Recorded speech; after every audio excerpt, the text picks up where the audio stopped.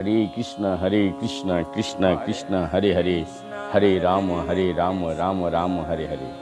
वृंदावन से करो प्रचार हरि नाम सार की हमारी छोटी सी कथा दैनंदिन जीवन के साथ जुड़ा हुआ ब्रज के रसिकाचार्य श्रीपाद रूप गोस्वामी जी का हम लोग चर्चा कर रहे हैं।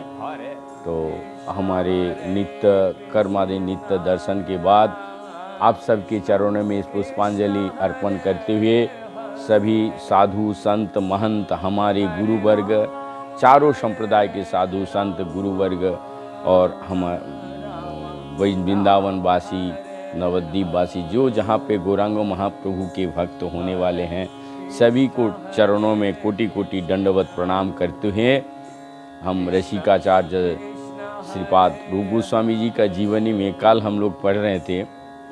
सखे यदि तुम्हारी स्त्री पुत्र बंधु बांधवों के साथ रंगरेलियों करने का इच्छा है तो केसी तीर्थ के समीप गोविंद नामक उस हरि के शिव विग्रह के दर्शन ना करना जो मयूर पुच्छ से अलंकृत मंद मंद मुस्काते त्रिभंगी मुद्रा में वहाँ खड़ा है, जिसका बंकिम विशाल नेत्र है और जिसके अधरों पे मधुर मुरली शोभ्यमान है, क्योंकि उसे एक बार देख लेंगे तो बंधु बांधव को भूल बैठेंगे। ये श्लोक भक्ति रासामृतम में कल हमने पढ़ा था। इस श्लोक का अर्थ है कि स्मरं भग्नेत्रयो परिचिता, बहुत अच्छे से ना, स्मरं भग्नेत्रयो परिचिता साची विस्तरणदिष्टं वंशी न्यास्ताधरं किशोलया मंजुलं चंद्रकेन गोविंदख्यां हरे तनुमित केसी तीर्थ आपकंठे मां प्रेक्ष्यस्तवा यदि सखे बंधु संघे स्थिता रंगे। इसका अर्थ मैंने अभी बताया। यदि तुम्हें स्त्री पुत्र बंधु बांधव के साथ इच्छा है तो त्रिभंग मुद्रा में वहाँ खड़े, जिसके बंकिम विशाल नेत्र, जिसके मधुर मुरली शोभ्यमान, क्योंकि उसे एक बार देख लेंगे तो बंधु बांधव फूल बैठे। गोविंद देव के दर्शन के इस परिणाम का अनेकों ने अनुभव किया है और आज भी कर रहे हैं। श्री चैतन्य चरितामृत में उल्लेख है कि रघुनाथ भट्ट गोस्वामी ने अपने किसी शिष्य द्वारा गोविंद जी के लिए एक मंदिर का निर्माण करवाया है, अलंकार आदि से उन्हें भूषित किया है। निज शिष्य को ही गोविंद कराइल बंशी मकर कुंडलादि भूषण करी दिला। अच्छा, गोविंद देव जी का पास में अब राधा मूर्ति का स्थापना कैसे हुआ वो हम लोग जानेंगे। गोविंद देव जी बहुत दिन तक अकेले विराजते रहे।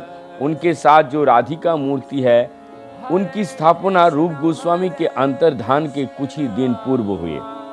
इनका इतिहास भक्ति रत्नाकर में साधन दीपक ग्रंथ के अनुसार इस प्रकार वर्णित है। उड़ीसा के राजा प्रताप रुद्र के पुत्र पुरुषोत्तम जाना अपने पिता के समान परम वैष्णव थे। उन्हें जब पता चला कि वृंदावन में मदन गोपाल और गोविंद देव जी किसी वृंदावन में मदन गोपाल और श्री गोविंद देव जी श्री विहीन अवस्था में प्रतिष्ठित है, तो उन्होंने उनके वाम भाग में प्रतिष्ठित होने के लिए 2 धातुमयी राधिका मूर्तियां भेजी। जब वे वृंदावन के निकट पहुंची, मदन गोपाल ने अपने मंदिर के सेवाधिकार से स्वप्न में कहा, ये जो 2 मूर्तियां आ रहे हैं इन दोनों के लोग राधिका के रूप में जानते हैं।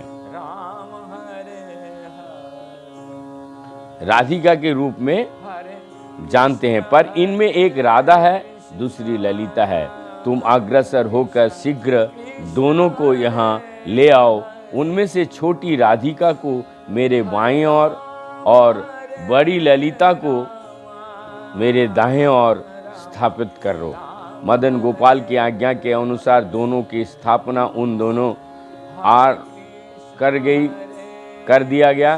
तब पुरुषोत्तम जाना गोविंद देव के लिए एक और राधिका मूर्ति वृंदावन भेजने के उपाय सोचने लगा। वे चिंतित थे कि गोविंद देव जी के लिए कौन सी राधा मूर्ति कहाँ से प्राप्त की जाए। तभी राधा रानी ने स्वप्न में प्रकट होकर उनसे कहा, मैं पुरी के निकट चक्रवेड़ में बहुत दिनों से स्थापित हूँ। लोग मुझे लक्ष्मी कहते हैं, वो नहीं जानते कि मैं राधा हूँ। मुझे गोविंद देव जी के सामने पास शीघ्र भेजने का व्यवस्था करो। तब राजा ने चक्रवेड़ के राधा मूर्ति को वृंदावन भेज दिया। वेड़ समारोह के साथ गोविंद देव जी का वाम भाग में उनकी स्थापना कर दी गई। भक्ति रत्नाकर में ये स्पष्ट रूप से इसी लिखा है। इसी अवसर पर रूप गोस्वामी ने चाटू पुष्पांजलि नाम के प्रसिद्ध स्तोत्र का रचना किया। साधन दीपिका के अनुसार ये राधा मूर्ति कभी वृंदावन से उत्कल देश गई थी। उसी प्रकार जिस प्रकार साक्षी गोपाल भक्ताधीन हो पदयात्रा कर वहाँ गए थे, वहाँ राधा नगर में बिहद भानु नामक एक दक्षिणार्थ ब्राह्मण के घर उसकी कन्या के रूप में उसके स्नेहसिक्त सेवा अंगीकार कर रही थी। सपना देश प्राप्त कर पुरी के राजा ने उन्हें पुरी के निकट चक्रवेड़ नामक स्थान के प्रतिष्ठित कर दिया था। भक्ति रत्नाकर में ये उल्लेख है। राजा मान सिंह के द्वारा गोविंद देव की मंदिर का निर्माण कैसे किया, यह हम सुनेंगे। रघुनाथ भट्ट गोस्वामी के शिष्य द्वारा बनवाया गया गोविंद देव जी का मंदिर बहुत दिन बाद जीर्ण शीर्ण हो गया। तब सन 1590 में राजा मान सिंह ने बहुत अर्थ व्यय कर वर्तमान लाल पत्थर के विशाल मंदिर का निर्माण किया, जिसे उत्तर भारत के सबसे आकर्षक और हिंदू स्थापत्य का अतुलनीय दृष्टांत माना जाता है। इस मंदिर के निर्माण करने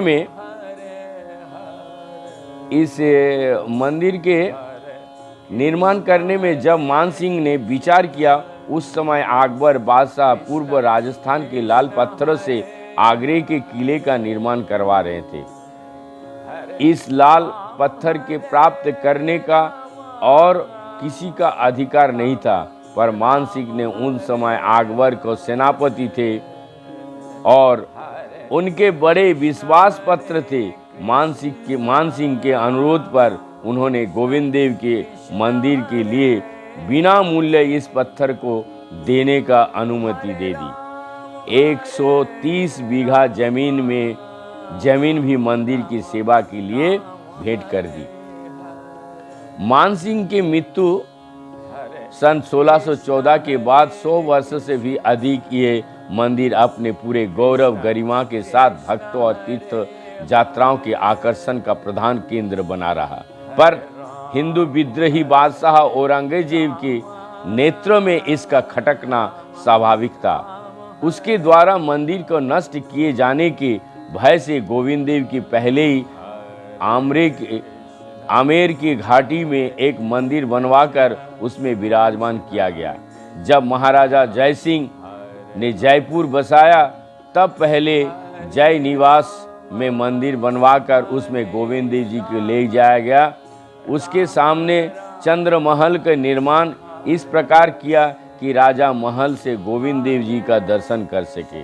राजा वैष्णव थे, वे गोविंद देव की ही रियासत का राजा मानते और स्वयं उनकी दीवान की हैसियत से राजकार्य चलाते। रियासत की मोहर पर लिखा होता महाराजाधिराज श्री गोविंद देव जी। दीवान महाराजा जय सिंह आज भी गोविंद देव उसी मंदिर में विराजमान है। महाप्रभु गौर गोविंद विग्रह भी उनके दाहिने पार्श्व में उसी सिंहासन पर विराजमान है। वृंदावन के मंदिर का प्रधान चूड़ा इतना ऊंचा था कि उसके आलोक मंच से विच्छुरित आलोक राशि आगरा से दिखी जा सकती थी। जब औरंगजेब को पता चला कि ये आलोक राशि हिंदुओं को इस मंदिर के ही है, तो उसने एक फौजदार को भेजकर उसके मूल मंदिर और उससे संलग्न 5 चूड़ा ध्वस्त करवा दिया।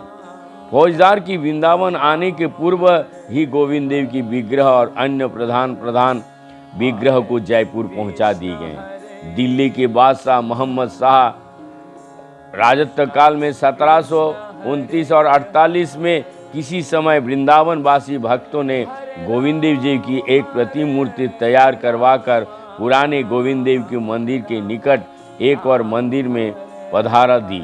सन 1819 में नंद कुमार बसु नामक एक भक्त ने मान सिंह के मंदिर के उत्तर पश्चिम में एक नया मंदिर बनवाकर उस मूर्ति को वहां स्थापित किया।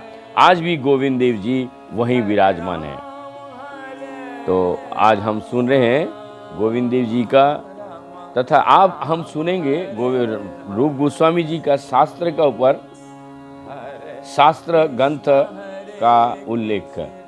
तो रूप गोस्वामी श्रीपाद रूप गोस्वामी जी ने शास्त्र की शास्त्रों की सहायता से ब्रज की सीमा निर्धारित की और लुप्त तीर्थों का उद्धार कर लीला स्थलों का चिन्हित किया। श्री विग्रह सेवा प्रचार और लुप्त तीर्थ उद्धार के साथ साथ उनका वैष्णव शास्त्र रचना का कार्य चलता रहा। उनका कृष्ण लीला और कृष्ण रसपूर्ण काव्य वैष्णव जगत के उनको बहुत बड़ा अवदान है। उनका बहुत बड़ा अवदान। वो आजन्म कवि थे और अल्पावस्था में परम पंडित हो गए थे। उनकी लिपि जैसे मुक्त पंक्तियों के समान सुंदर थी, वैसे ही उनका भाषा मार्जित, अलंकृत और निरुपम कवित्वपूर्ण थी।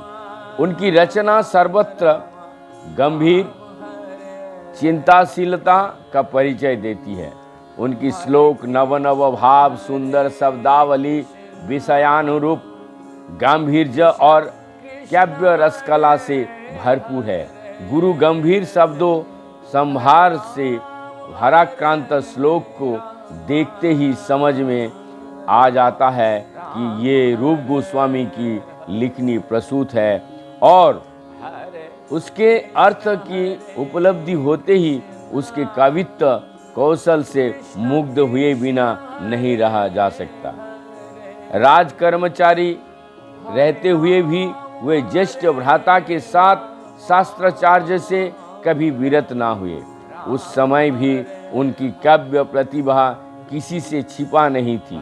पर संसार त्याग कर वृंदावन आ जाने का पश्चात जब वे राशि राशि शास्त्र ग्रंथों का एकत्र कर एकाग्र चित्र ही हो उनमें मनोवेश कर बैठते, तब उनका चिंता स्रोत स्वभाव उच्छलित हो पड़ता।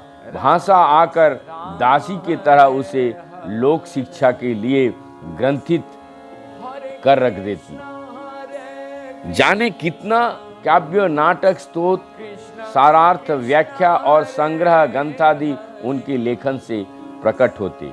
वैष्णवीय साधना और सिद्धि के मूर्त विग्रह से रूप गोस्वामी ने जिन ग्रंथों की रचना की, उनमें से प्रत्येक वैष्णव साहित्य का अनमोल रत्न है।